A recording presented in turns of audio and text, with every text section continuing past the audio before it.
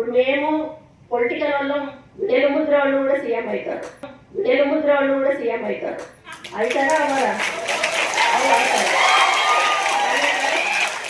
వాళ్ళు ఒక IAS officer కావాలంటే వాళ్ళు ఎంత శ్రమ పడితే కానీ ఆ స్టేజ్కి వస్తారు. వాళ్ళు వాళ్ళు మా ముందు నిల్చొని నేను చెప్పింది వాళ్ళు వినాలి. అంటే రాజ్యాంగం రాసింది, అది మనం ఏం చెయ్యలేము. దీన్ని విమర్శగా తీసుకోవద్దు దయచేసి, దీన్ని ఎక్స్పోజ్ కూడా చేయొద్దు. నా మనసులో ఉన్న అభిప్రాయాన్ని నేను చెప్తా ఉన్నాను. మాకు చదువు రాదు, మాకు సబ్జెక్ట్ తెలియదు, ఇష్టం ఉన్నట్టుగా వాళ్ళు ఏదైనా చేస్తే ఇష్టం ఉన్నట్టుగా తిట్టేస్తాను, మీరు ఏ పని చేయలేదు. దానికి రూల్ ఒప్పుకోకపోవచ్చు, దానివల్ల వాళ్ళు చేయకపోవచ్చు.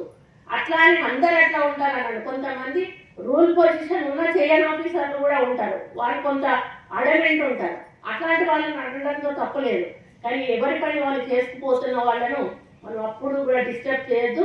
మనం రూల్స్ ప్రకారం వెళ్ళాలి అని చెప్పి మరి ఎప్పుడు కూడా నేను సపోర్ట్ చేస్తాను. ఎందుకంటే మా నాన్న ఇంజనీర్గా ఉన్నప్పుడు ఎంతోమంది కాంట్రాక్టర్స్ వచ్చి మా నాన్నని బిల్లు చేయకపోతే రోడ్డు బిల్లు తిట్టిన సందర్భాలు మేము కళ్ళారా చూసాం. కాబట్టి వాళ్ళ బాధ ఎట్లుంటుందో మాకు అర్థమవుతుంది. కాబట్టి నేను ఆఫీసర్స్ అంటే చాలా రెస్పెక్ట్ ఇస్తాను.